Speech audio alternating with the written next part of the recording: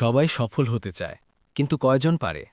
একই দেশে একই সুযোগ, তবুও কেউ শূন্য, কেউ কোটি টাকার ব্র্যান্ড। তাহলে প্রশ্নটা হচ্ছে, কেন সবাই পারে না কিন্তু পরিমণি পারল?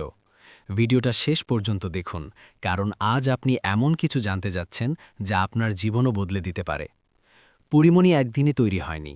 তার জীবনে ছিল কষ্ট, সংগ্রাম, অনিশ্চয়তা। অনেকেই শুরু করে, কিন্তু মাঝপথেই হাল ছেড়ে দেয়, কিন্তু সে দেয়নি। এটাই প্রথম পার্থক্য। বড় স্বপ্ন দেখার সাহস। অনেক মানুষ ছোট চিন্তা করে, এটাই আমার ভাগ্য, এর বেশি কিছু না। কিন্তু পরিমণি ভিন্নভাবে ভেবেছে। সে নিজেকে বড় জায়গায় কল্পনা করেছে। সফল হতে হলে আগে মাথার ভিতরে বড় হতে হয়। সমালোচনা সহ্য করার ক্ষমতা।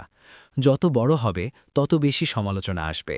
অনেকেই সমালোচনায় ভেঙে পড়ে, কিন্তু পরিমণি, সে থামেনি। যে সমালোচনাকে ভয় পায় সে কখনো বড় হতে পারে না। ব্র্যান্ড তৈরি করা। আজকের যুগে সবচেয়ে বড় সম্পদ হল আপনার পরিচিতি, ব্র্যান্ড ভ্যালু। পরিমণি শুধু অভিনেত্রী না, সে নিজেকে একটা ব্র্যান্ড বানিয়েছে। মানুষ তাকে চেনে, তাই তার কাজের দাম আছে। সুযোগকে কাজে লাগানো। সুযোগ সবার কাছেই আসে, কিন্তু সবাই সেটা ধরতে পারে না। পরিমণি সুযোগ পেলেই কাজে লাগিয়েছে। সফল মানুষ সুযোগের অপেক্ষা করে না, সুযোগ তৈরি করে। মানসিক শক্তি, মাইন্ডসেট। সবচেয়ে বড় জিনিস হল মাইন্ডসেট। আপনি যদি মনে করেন, আমি পারব না, তাহলে আপনি আসলেই পারবেন না। পরিমণির মতো মানুষরা আগে বিশ্বাস করে, তারপর অর্জন করে। আপনার জন্য শিক্ষা। এই গল্প শুধু পরিমণির না, এই গল্প আপনারও হতে পারে।